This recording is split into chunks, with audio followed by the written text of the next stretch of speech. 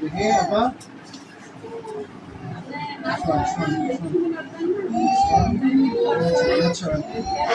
যে দুধ পাচ্ছে, হ্যাঁ শুধু মুখে দুধ করে খাইতে বলেছিলাম, শুধু মুখের দুধ কতদিন খাবে? 6 মাস। মুখের দুধ যেন ঠিক মতো পায়, এই জন্য কি করতে হবে? খাওয়ানোর আগে পরে মা পানি খেতে হবে, তাই না? ঠিক আছে। আর ঝোল জাতীয় তরকারি, লাউ তরকারি, কালো জিরা, লবঙ্গ তরকারি খেতে হবে নাকি?